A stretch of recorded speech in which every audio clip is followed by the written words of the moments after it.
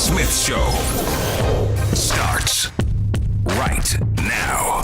The Stephen A. Smith Show, here with you over the national airwaves of ESPN Radio and ESPN News. Number to call up is always 888-SAY-ESPN. That's 888-729-3776. ESPN Radio. Check your AM, FM listening in over 250 plus markets across the United States of America. Check us out on ESPN Radio on Sirius XM Channel 80. Check us out on ESPN Radio, nationally televised on ESPN News. Stephen A. Smith Show, reminding you that Golick and Wingo will be live from Jacksonville, Florida this Friday, covering the Florida-Georgia matchup. Part of ESPN Radio's Fall Football Tour, brought to you by Marathon. Get 5 cents off every single gallon every day with Make It Count rewards from Marathon. To sign up, visit MakeItCount.com or download the free app. Also, ESPN Radio is presented by Progressive Insurance. With more than 30 unique coverage options available, Progressive knows small business. Learn more at ProgressiveCommercial.com.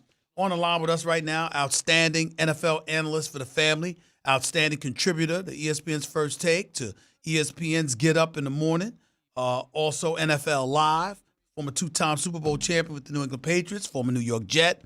The one and only Damian Woody is on the line with yours truly. What's up, big boy? How you doing, man?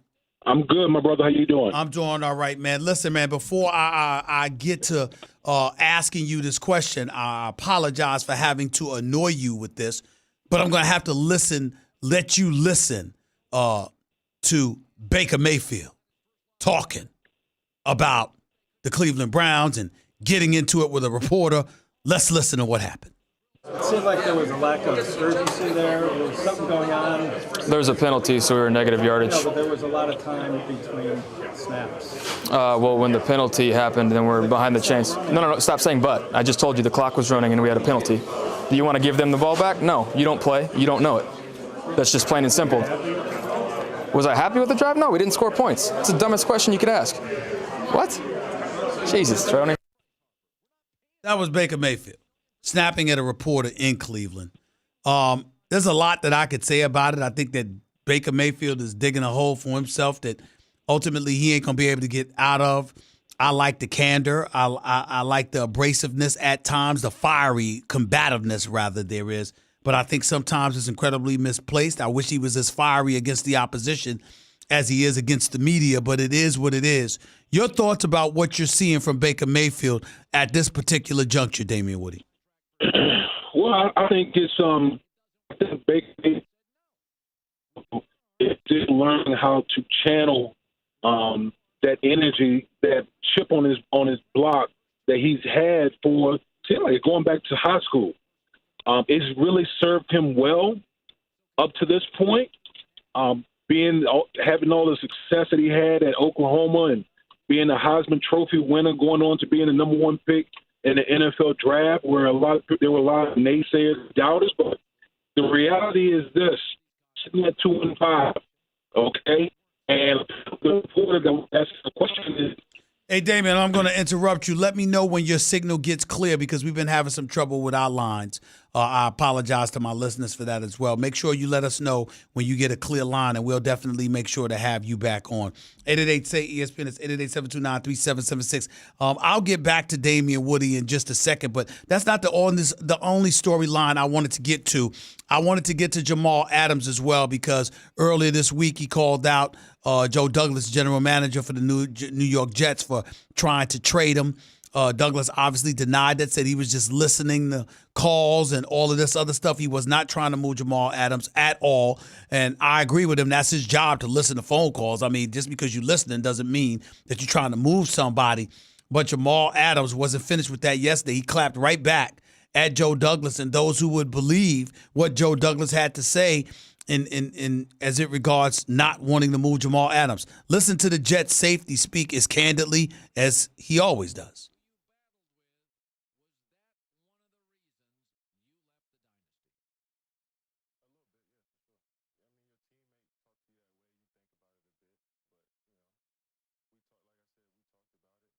You know, I hold myself in a high regard. You know, when I heard that I got the call, that my agent called me and he told me what was going on, you know, it definitely hurt me. You know what I mean? I hold myself at a high level. You know, the Rams don't take calls on Aaron Donald. The Patriots don't take calls on Tom Brady. You know what I mean? That's where I hold myself in that regard. So here's where it gets difficult for me, ladies and gentlemen. I love me some Jamal Adams. I love the fact that that brother is in this town. He can ball. He's a rough rider. He's as real and authentic as it gets. And I have a strong level of affection as a brother for him. You can't mention yourself in the same breath as Aaron Donald and Tom Brady. You just can't do it. Not when you're playing for the New York Jets. And oh, by the way, a legitimate argument could be made. Why the hell do you want to stay with the Jets? But I'll get into all of that with my man Damian Woody, who's back on the line right now. Before I get into Jamal Adams, finish your point, Damian Woody, about Baker Mayfield. Yeah, I mean, listen, Stephen A., like we were talking about on First Take, man, I love Baker. I love his bravado. I do. But I think you have to learn to channel that energy, because the bottom line is the Cleveland Browns are 2-5 right now. All right? And that energy that he's displaying is a detriment to the bigger picture. It's a detriment to the team. So I understand he had, him and the reporter, I think Tony Grossi from the Cleveland area, they don't necessarily get along. But he needs to understand that he's the CEO. He's a representative of the Cleveland Browns. And when you have outbursts like that, that's only going to be more fodder for everybody to talk about. So that's something he's going to have to learn. And as he continues to mature, I think he'll get better at. How worried are you about the Cleveland Browns with him leading them?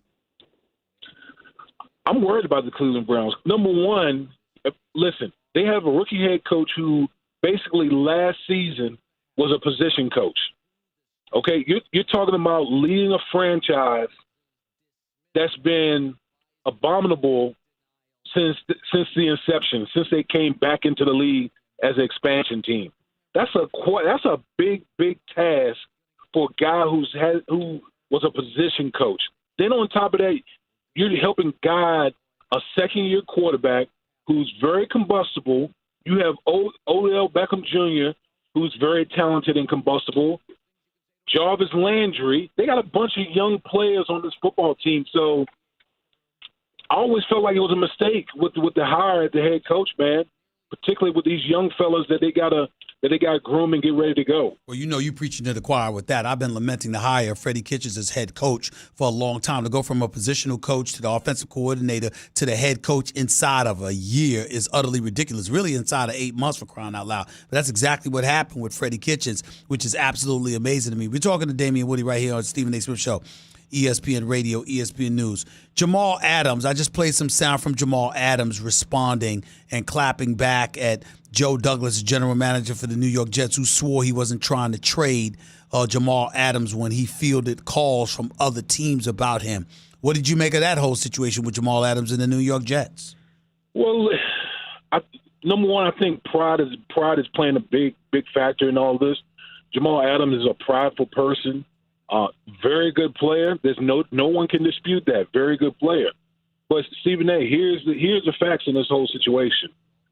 Jamal Adams, as great as he is, he's a luxury for a 1-6 team right now at a position that's not necessarily a premium position when you're talking about building a team to have sustainable success.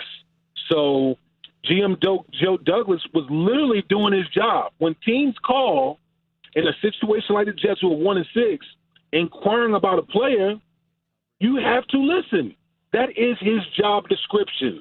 So I think this was a situation where, Jamal was in his feelings. Obviously, the chat about the Dallas Cowboys, and for the listeners out there, Jamal Adams is from the Dallas area. And, I think the agent played somewhat into this as well. But this is the business of football. A lot of people, they see all the play on the field and, all the amazing stuff, but they don't see the dirty, the ugly side of it. And that's a business where things like this can happen. That's something that he has to come to grips with. It's interesting that you say that because, listen, man, I'm no fan of the New York Jets. I think that they've been an abomination over the last couple of years. I think the hiring of Adam Gase is a disaster. I don't think he deserves to be the head coach of the New York Jets. He should have never been brought in. But I still got to come to the defense of Joe Douglas from the standpoint, it is a business, and he has an obligation to listen to phone calls and to listen to what somebody has to say. I could sit up there as the GM and say, I'm not trading Jamal Adams at all. But if I am a Jets team that's en route to a 1-15 or 2-14 record, and I've been 5-11 and 4-12 over the last 2 seasons respectively, what if somebody, not to say that this would happen, just throwing out a hypothetical, what if I picked up the phone and listened and somebody says, we'll give you 2 firsts and a second for Jamal Adams? I mean, how can you not take that? So how can you not listen to the phone call? And I think that Jamal has to understand it. But my biggest thing, Damian, is this. Here's the part. This is the first time Jamal Adams has ever uttered a word out of his mouth, and I don't believe him. I want to be here. I want to stay with the New York Jets. Who the hell would want to stay with the New York Jets?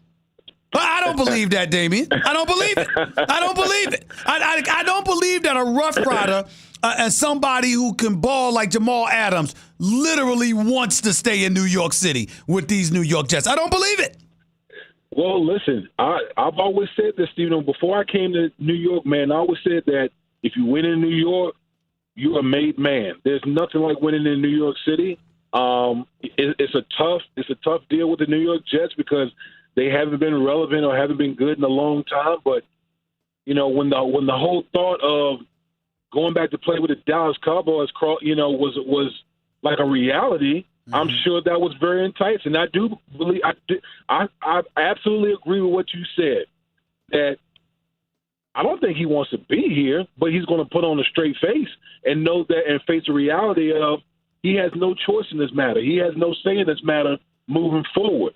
So, again, Joe Douglas was doing what his due diligence, doing what he was supposed to do, was just trying to build a New York Jets football team that can be sustainable for a long time.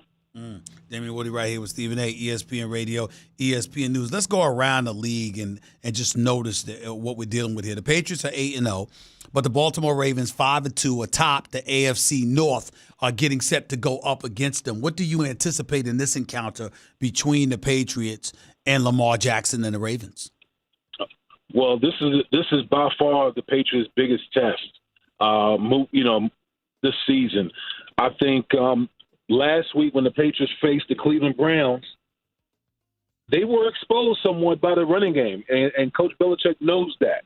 And here comes the Baltimore Ravens, leading the league in rushing by over 20 yards from the next best team. Lamar Jackson is a dynamic quarterback. Obviously, they incorporate him a lot in the running game, and that's something that's going to bear watching. I think that's going to be the key to the game.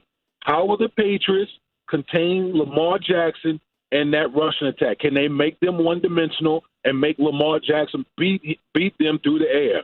If they do that, they got him. Based on what you're seeing from the Oakland Raiders in the first 7 games of the season, in which they stand 3-4, what would the Raiders be if Antonio Brown was there and had stayed there? You know what, Stephen A., that's a very good question, because I'll tell you what. The Raiders, to me, are a surprise team in the NFL right now. I agree. Nobody. I would say there's one person that actually, before the season, said something glowingly about the Raiders, and that was our very own Louis Riddick. But there was no one that we basically had written off the Oakland Raiders, and John Gruden is coaching his butt off. The Oakland Raiders are relevant. The Oakland Raiders are coming around.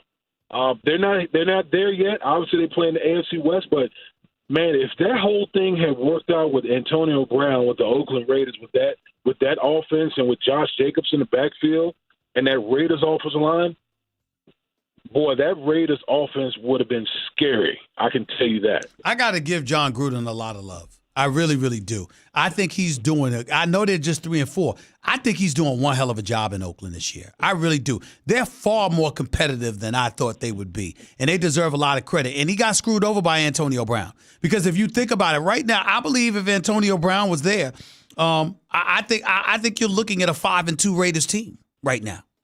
I really do. Instead of 3-4. I don't dispute that. I don't dispute that one bit. I think they got some work to do defensively. They need to continue to add more pieces on the defensive side of the football. Mm-hmm. But offensively, they can run the ball. They got a pretty good offensive line. Derek Carr is playing well.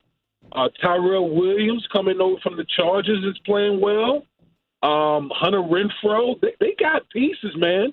They got pieces on that Raiders team. They just need to keep accumulating pieces. And this Raiders comeback is going to come quicker than most people think. Let's talk about two teams we would dare never say something like that about, and that's the Miami Dolphins and the Cincinnati Bengals. Who's the worst team in football? Wow. Take your time. I'm going to say Cincinnati. I am. I'm going to say when I watch the Miami Dolphins, they're bad. Mm-hmm. No question about it. They are bad. But I do see them compete. They competed against the Pittsburgh Steelers. Yes, they did. They competed. They've actually, to me, have gotten better.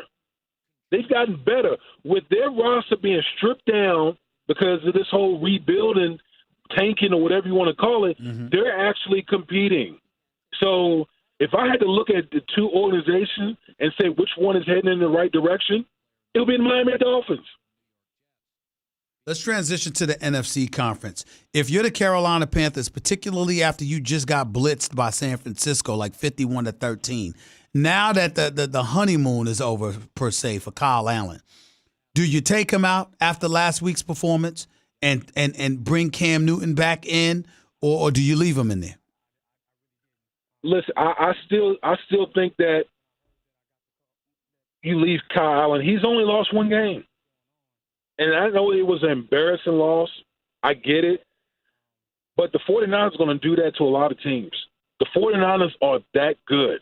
They are legit in every facet of the game. So, yeah, that was a setback for the Carolina Panthers. But I think the Carolina Panthers are more formidable with Kyle Allen, being that he's a pocket passer, than a diminished Cam Newton as an athlete at the quarterback position. Damian Woody right here with Stephen A., ESPN Radio, ESPN News. When you go to the 49ers and you say they're that good, obviously everybody's just thinking about their defense. Nick Bosa is a monster. He's going to be Defensive Rookie of the Year as far as I'm concerned. Some are saying he should be in the MVP conversation with 7 sacks after 7 games or so. We know their secondary can defend the pass. But what else is there about them that we're missing?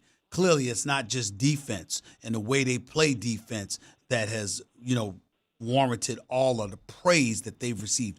What specifically are you seeing from the San Francisco 49ers that should alert everybody to the fact that they're legitimate title contenders? Well, Steve, listen, everyone talks glowingly about their defense, and rightfully so, but they're one of the best they have one of the best rushing attacks in the National Football League. They're dominant in the running game. And on top of that, they got a play calling, Kyle Shanahan, who, to me, is one of the best offensive minds in the National Football League. There's a lot. People just need to watch the 49ers. They do some very interesting things offensively that make you say, wow, from a design concept, that Kyle Shanahan is just he's a wizard. He really is. He's a wizard as far as designing plays. So the only component that needs to be shored up, honestly, is Jimmy Garoppolo. You mean porn star? You mean porn star Jimmy? Porn star Jimmy. If Jimmy can elevate his game to the next level, Stephen A., I don't know.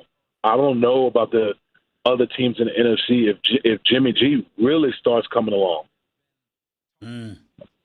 Damian Woody right here with Stephen A., ESPN Radio, ESPN News. Looking around the NFC conference, I'm thinking about Dallas and Philadelphia from the standpoint that Philadelphia did absolutely nothing before the trading deadline expired. You and I debated that. You thought Cleveland should have done something. I thought that Philadelphia had more of an urgency. A wide receiver like A.J. Green from Cincinnati, he's going nowhere, deserves so much better than that situation. Would have been nice to grab him. Would have been nice for them to grab Darius Slay to add to their secondary. What can Philadelphia do now that they didn't acquire any new players to ultimately capture the NFC East crown? Well, I mean, listen, the only thing you can do at this point, at this juncture, man, is just you need your guys to come back healthy and just start playing better, particularly in the secondary. Those guys have to start playing better on the back end. They got guys up front that can stop the run and get after the quarterback. But if you can't cover people on a consistent basis defensively, you're going to run into a lot of issues. So for the Philadelphia Eagles, they need to, on defense, they got to do a better job of covering.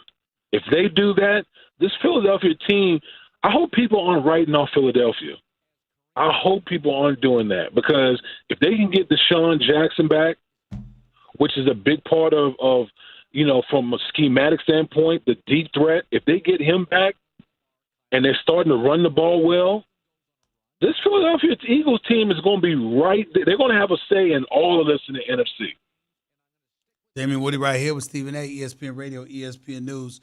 My last question. Let's go to the NFC North. Some people have Aaron Rodgers elevating above Russell Wilson as league MVP right now. I have it the other way around, but fully aware that Aaron Rodgers can catch him. Who would you pick for MVP right now, and what do you think about when you look at the NFC North as we speak? Well, I would give the edge to Russell Wilson, because I think he's been more consistent all year. Now, Aaron Rodgers is coming on like wildfire. Like, he's just coming on like crazy right now, but I'm going to get a slight edge to Russell Wilson. But the NFC North is fascinating to me. I picked the Minnesota Vikings to win the NFC North. They were making me look stupid early, but it seems like they're settling in, and they're looking pretty good. Now, the big test for them, when they play these teams, when they play the Packers, and some of these other elite teams in the NFC, then that's going to tell us everything about Minnesota. But Kirk Cousins is on fire. Damien Woody, appreciate you, bro. Looking forward to this Sunday slew of games. I'll talk to you sometime next week. Thanks a lot. All right, no problem, man. Take it easy. One and only Damien Woody right here with Stephen A. ESPN Radio, ESPN News, 888-SAY, ESPN is 888-729-3776. Back to your calls and more in a minute, so don't touch that dial. This is Stephen A. Smith Show, ESPN Radio, ESPN News. By the way, by now, you've probably heard me talk about my computer career